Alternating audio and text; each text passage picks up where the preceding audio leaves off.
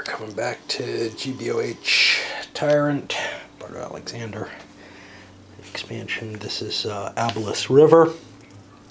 So, if you remember from the last one, Timoleon was supposedly the champion of democracy and everything. It's hard from our point of view to really tell too much of a difference between him and the tyrants, but whatever. But he allied with a couple of local tyrants in order to fight the Carthaginians, and this is a battle in which he's kind of those tyrants have turned against him, or vice versa, and ended up allying with Carthage. Now, I think there's actually a peace with Carthage at this point. I'm not absolutely certain. Anyway, what we've got is your standard hoplite Syracusan army with what looks similar to the Carthaginian army. Good quality, though. None of the crap is here. The Libyan mercenaries, some of the northern mercenaries from Europe. Decent cav. Over on this side, no room for cav. Not quite sure what's going on over there, but you don't get to play out that. Maybe it's terrible terrain over on that side. This is, of course, reusing another battles map, which is always kind of weird. It's kind of this. Well, they don't know much about either battle, except that there's a river and some woods and this, that, and the other, and this probably more or less fits. It comes close enough. Once again, I think we're going to see Syracuse lose. They're supposed to have the edge here, but I haven't figured out a way to make those hoplites work well. They do actually have some quality hoplites coming through here. Maybe if I keep the 6-point ones behind and only go forward with the heavy duty. But those heavy duties fall too. If they get outflanked, they're in trouble. And these lighter, more maneuverable units are seriously a problem for them. We do have one weird thing. There's a red unit in here. I'm going to get rid of it and find something that's the right color and with the same values. It was probably just a misprint, you know, thinking they had the right unit or whatever. Maybe the playtest version had different colored counters or something, and it ended up getting written down that way. Or maybe there was just a substitution that didn't work out. There's no real reason. These aren't, well, there is a reason. Because this unit was a katana unit, and one of these guys is, Marcus Marmarchus is the tyrant of Katana. So this is actually his city, but I don't want to use a red counter just to confuse things. I don't pay enough attention to the unit designations, and I feel like for the most part the design is heavily limited by what counter mix they want to put. So, as in many scenarios, all 10 Libyan veteran infantry are here. It just often ends up being the case that the entire counter mix is used because the numbers aren't that well known. So, you know, knowing the disposition of a city isn't all that important to me either. Certainly not important enough to have a color problem in play. All right, well, let's look at the values on these.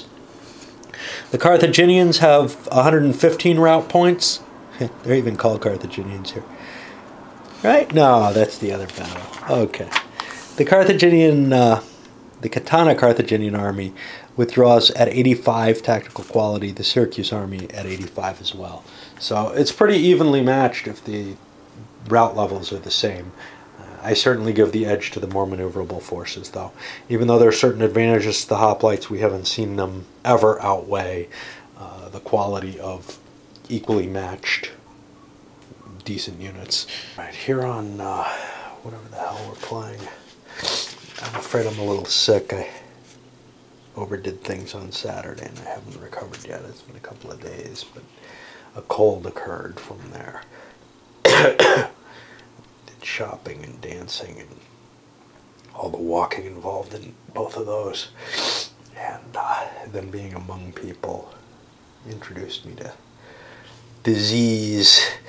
This is Abolus River, and we've got an interesting situation starting. So the lowest initiative guy is over here. He mounted up his cav into charge formation, but then he got a continuation. And this is a problem, because these guys start close enough that I can hit, which means I kind of need to trump to stop that. Now, what do I want to trump with? Do I want to trump with the leader who's at risk? Or would it be more worthwhile for me to trump with something else and move some other force? I'm not sure. This guy's less likely to get a successful trump than one of the 5. So I think I'm going to try with the 5. I'll try with this guy. Probably move the skirmishers if I get a trump in. Okay, I do. Which finishes him off, prevents that attack from getting off. And what's kind of cool is, well, now this guy might get the same chance. The problem, though, is these are already mounted up in charge formation. Had they hit, they would all be attacker superior. So I have to grab that chance. Because this less initiative guy is going to get the earliest strike in. Yeah, I don't know. So I'm not quite sure ever what to do with skirmishers, and I need to blow my nose, which is going to be a problem here. What I'm trying to say with the skirmishers is, I got to get these guys out of the way before I can launch an attack. And I kind of want to get these guys out of the way too. That goes with both sides, really. Now, I want to gain something from them, not just fall them back. I'm allowing them to interpenetrate as per more modern rules. But there really isn't a whole hell of a lot I can do with them of value. I can clear some room forward, so that's what I'm going to do. But it's just kind of like, God, geez, there's some garbage in my way that I've got to move. You know, and it goes for both sides garbage. Both of it's annoying. The enemy is obviously more annoying than my own, but by a slight amount now. It used to be your own was more annoying. Here's how the hoplites get themselves in trouble. After I moved the skirmishers forward and things went kind of poorly for them, chose to take a momentum and move the hoplite line, and I got my line command by die roll. So boom, I send them forward. Well, they've got to go 4 hexes, so now I'm in range of everything else. They can all get struck, and worse, they can get hit around the flank, and there's just not much I can do about that, except I could have not moved.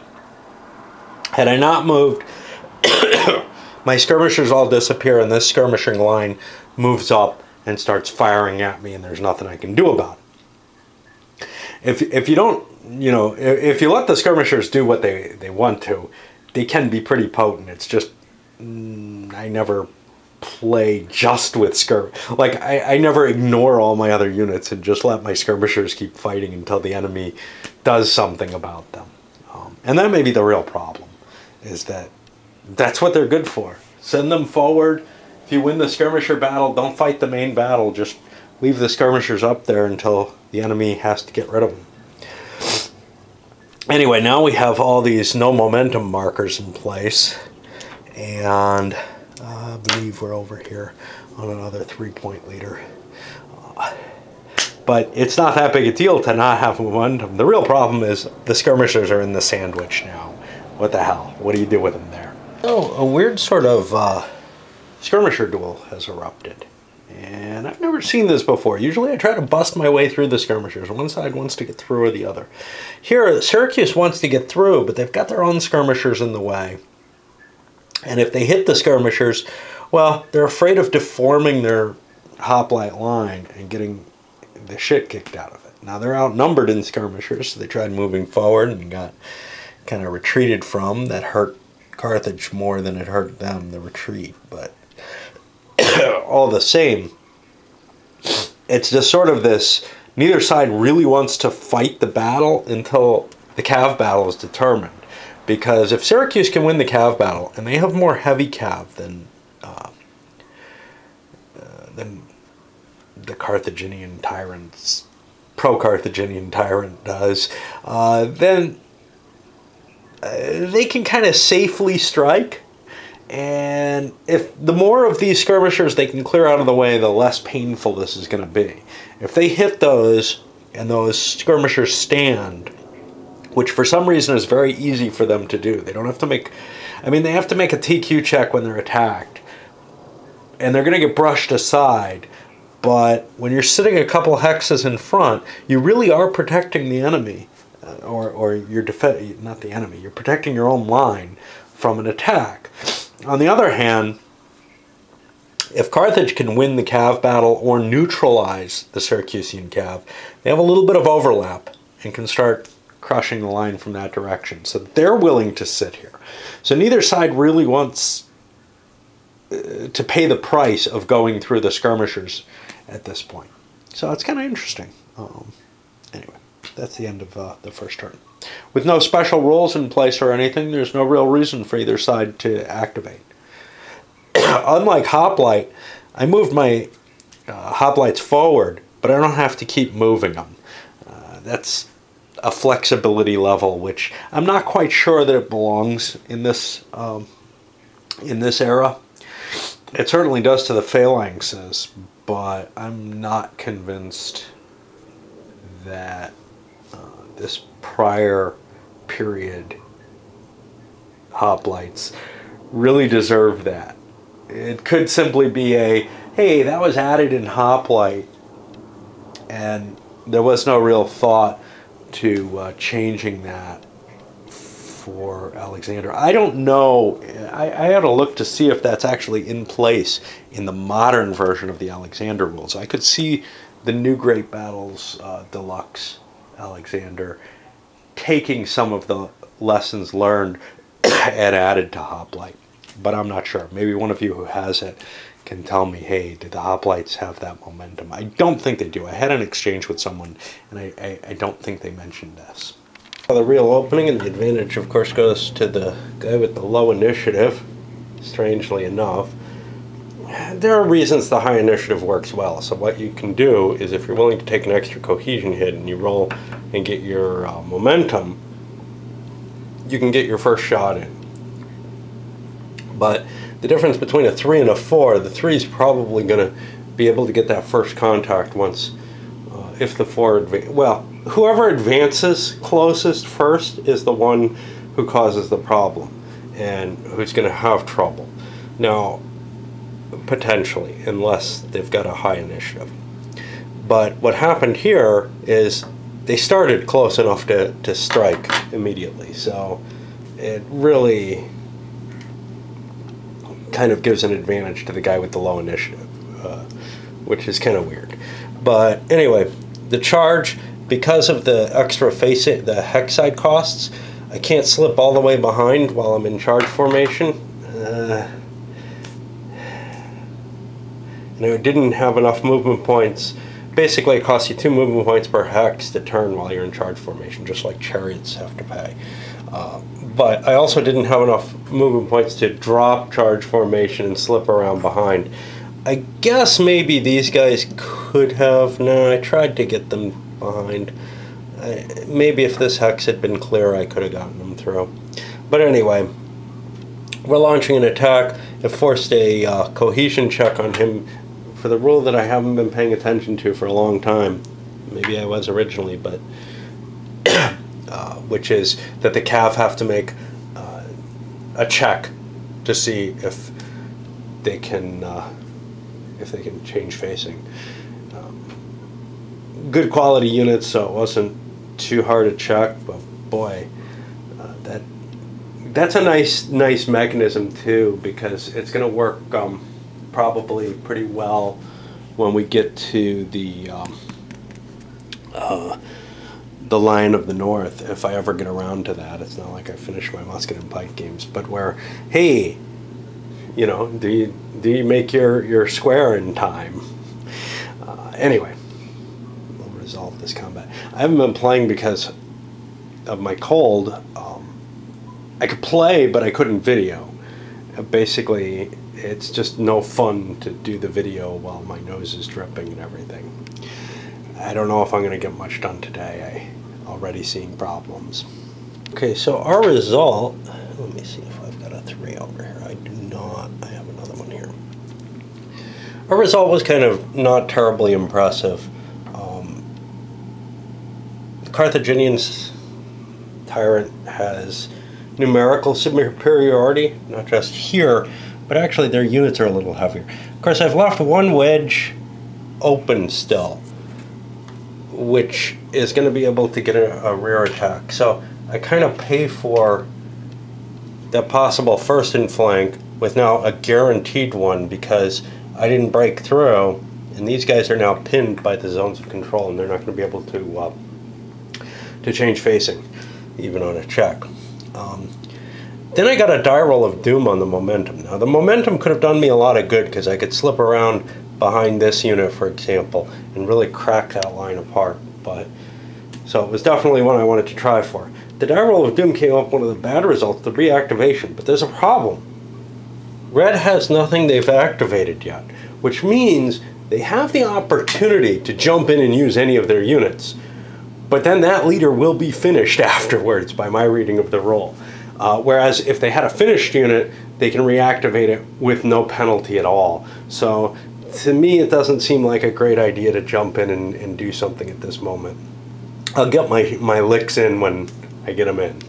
And after a little bit of pointless skirmisher fire here, Syracuse gets a couple of activations and is able to plow around the flank and is starting to win that cavalry battle here. 1 unit routed, 2 units routed, and first blood drawn, 7 points calculated there. So there's the disadvantage to engaging first, but you know, somebody's got to do it, and what this means is a couple of interesting things. Because the Cavs kind of pulled off to the side, it's possible these medium and light infantry might still swarm around the flank there, but they're at risk because if Syracuse's Cav wins the battle, then they can swing around and finish things off, whatever's threatening the flanks there. Of course, they may have to rest and whatever. And after a bit of skirmisher fire, multiple rounds on the hoplites, which didn't do much, the hoplites charge forward. The skirmishers fall back through the lines. I'm not penalizing anymore. We're using the more modern rules for that. And, well, the medium infantry largely held. One broke, but the hoplite hitting them also broke. Or a hoplite hitting them. Actually, no, it was a hoplite over hitting these two. But, yeah, numerically I was a little behind, which meant a penalty here on the second round of combat. And we just didn't gain. I threw the leader in for the second round to help cancel out this leader. There wasn't a casualty or anything. And again, we're seeing that you know, approximately equal quality stuff with the barbarian troops just holds up better than the phalanxes do, even though the phalanxes have their kind of bonus. It holds fine. There's more units, so they can take more hits. That's sort of a key thing. Now, yes, the hoplites get to allocate their hits, which is kind of a benefit for them, but there's still going to be more units left. Plus, the hoplites have taken some hits from the archers, both prior and during this advance. And then all these javelins thrown also weakened them a bit. So, you know, it's just a matter of, I don't see these Greek hoplite formations being terribly good against quality maneuverable units. And then there's, of course, the huge advantage, which we've seen before, of swarming a flank. In this case, well, it may not have to be this flank. We may see it happen over here because there's a breach in the line. These guys aren't going to be able to cover it, I don't think. So, stuck. Americus here launched his attack, and one part of it was this light infantry over here under the no missile. When charging towards the Cav, scared some away, and then hit some others and routed them. That it wasn't as easy to run away with because they were going to be taking rear hits and were already kind of questionable. So that's kind of throwing that into more confusion. Meanwhile, a heavy and a medium went and took out this peltist unit, and the skirmishers continue to fire at each other because I don't want to commit my line to trying to overrun the skirmishers. That's been really unpleasant in general, especially when you have your own in the way too, because then you got to figure out how to extricate your own. Now I allow the pass through now, but still with them kind of close to each other, it's harder to get them out of there. So it's looking kind of messy at this point.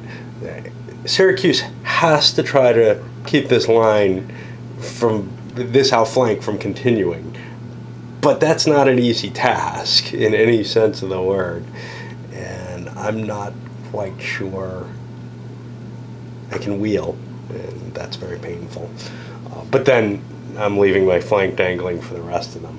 So unless I can get the cav moving, and the leaders I have are not in position to do that, now I can run somebody over there to try to take command of that section and expedite the cav battle. And then on the other side, I've got this gap showing, which is also a problem. Here's our end of turn snapshot. Syracuse got a couple of activations with their best leaders, mainly playing with the skirmishers. We ended up in kind of an obnoxious situation where we had like guys with no missiles left. Some of these have to be removed. Guys with no missiles left.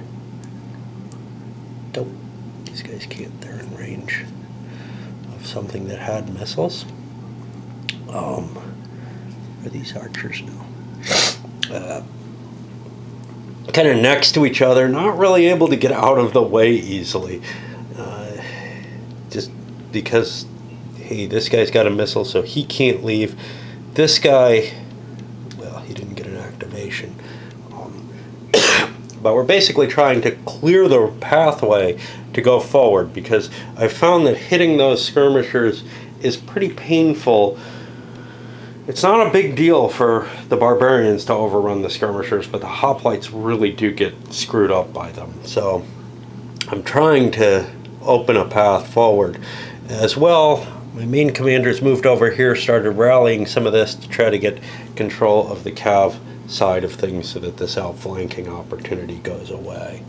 We have some points scored against Syracuse finally. Now it's 20-10, but there are some routing Carthaginian allied units, which, yeah, there's a fair amount of points there.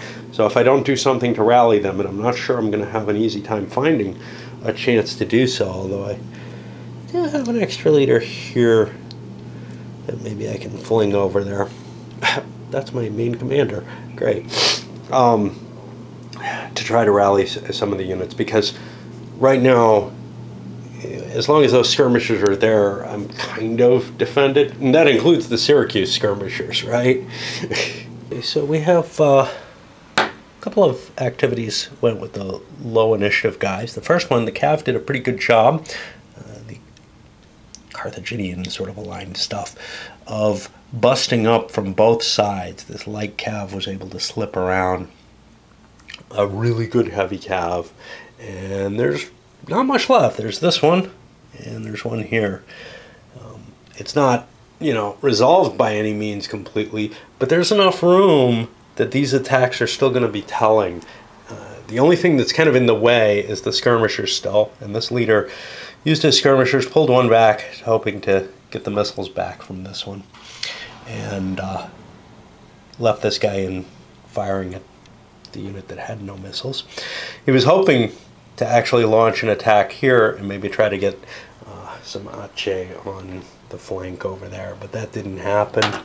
This guy is not flipped over, or shouldn't be, and now we're looking for a 4-point leader over on this side that we want to activate. We're not really sure what we want to do here. What we'd like to do is clear out these damn skirmishers. They're really holding up my line, but they're always a pain in the ass, no matter how here they're being effective for Carthage, but they're causing problems. And I don't really know that I want to launch this, launch attacks over here particularly.